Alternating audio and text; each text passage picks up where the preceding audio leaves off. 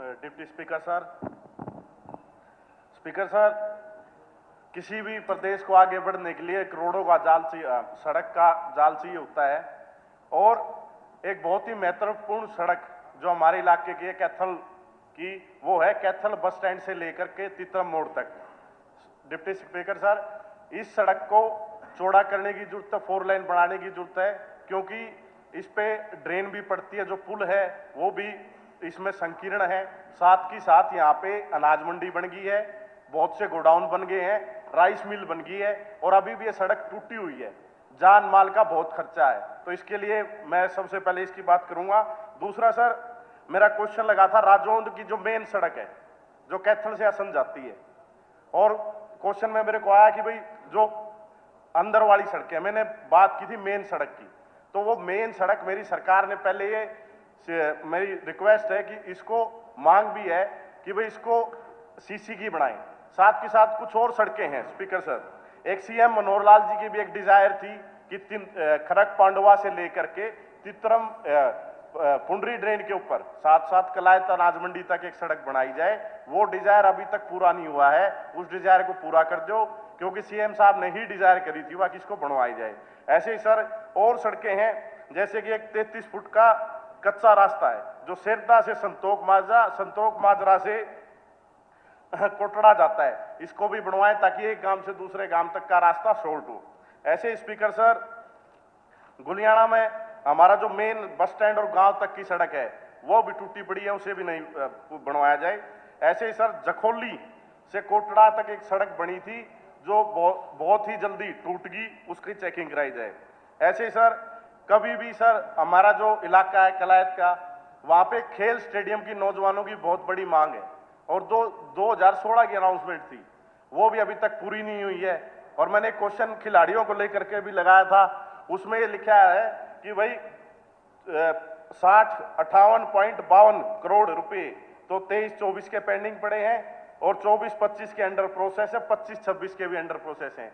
एक सर, जल्दी से जल्दी खिलाड़ियों का उनका जो कैश प्राइज वो देना चाहिए। और मैं बात रखना चाहूंगा, जो हमारे मास्टर खिलाड़ी होते हैं, बड़ी उम्र के जो खिलाड़ी होते हैं, उनको भी जल्दी से जल्दी उनके भी प्राइज मनी पेंडिंग है। और हमारे डेफ और ब्लाइंड जो खिलाड़ी हैं, इनके ओलंपिक्स भी होते हैं, उनके भी प्राइज मनी होना चाहिए। उन्हें हमें जो नॉर्मल खिलाड़ी हैं उनके साथ एट पार रखना चाहिए, उनको भी कैश प्राइज हमें देने चाहिए।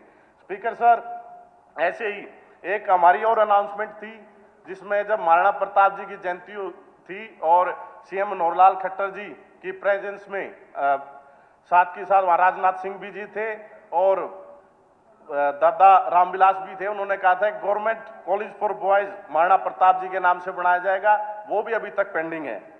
और हमारे लोगों ने कपिल मुनि कॉलेज फॉर वुमेन है, उसको सरकार ने अंडरटेक किया, पर उसकी अब जो बिल्डिंग है वो पुरानी हो चुकी है, उसकी नई बिल्डिंग बनानी चाहिए। जगह भी लोगों ने दे दी है, इस संस्था ने दे दी है, इसकी नई बिल्डिंग बनवाई जाए। ऐसे स्पीकर सर, बजट में आया कि भाई कलायत बस स्टैंड बनाएंगे, बस स्टैंड 15 साल पहले बना। खेल स्टेडियम बहुत जरूरी है, 21 खेल स्टेडियम बनाने हैं, एक खेल स्टेडियम कलायत में बनवाया जाए।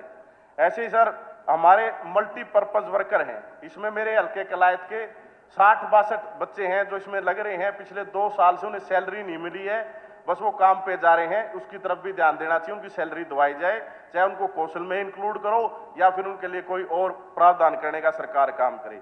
ऐसी सर, एक मील गेट का केस है, 2017 में बहुत से लोगों के घर तोड़ दिए थे सुप्रीम कोर्ट के ऑर्डर के बाद, और मील गेट वाले मामले में स्टे हो रखा था, और डीसीएम कंपनी ने अपनी ही सब्सिडी कंपनी को, डीसीएम नोवेली कंपनी है, उसको जमीन ट्रांसफर करी, और फिर वहां पे एक हिसार जिले में बात तो करे इसका है जो गलत हो रहा है, हाँ हिसार मील गेट।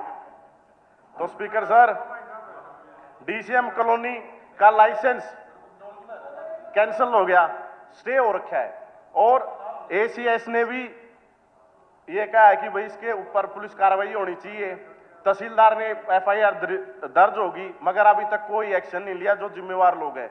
डीसीएम कंपनी एक बड़ी कॉर्पोरेट कंपनी है, उनको तो फायदा पहुंचाया जा रहा है, जो आम आदमी है उनको बेघर कर दिया। तो ये जो मामला है ये बहुत ही बड़ा, ये जो एक जाल पूरे हरियाणा में फैल गया है कॉलोनियों वाला, इससे भी छुटकारा दिलाने काम करें। और आखिरी बात मैं रखना चाहूंगा कि एक हमारा कैलरम माइनर है और इसमें 96 में प्योदा के पास साइफन दाबे गए थे और उसमें बड़ा टेल तक पानी आता था। मैं कहता हूं, मेरा ये मांग है कि भाई प्योदा के पास दोबारा साइफन दाबे जाए और पानी जो है ये पाछे छिलक जाए, जो पीछे आगे टेल तक पानी नहीं आता। ये बंसीलाल जी की सरकार में चौधरी जयप्रकाश जी ने काम कराया था, इसको दोबारा से ही वैसे करना चाहिए। और सरकार, मेरी ये सारी मांगे सरकार से हैं, जितनी जल्दी ये मांगे पूरी होंगी, क्योंकि सरकार ये कहती है भाई फोरसाइट, हमने फ्यूचर देखना है, तो हमारी सड़कें भी बनवाई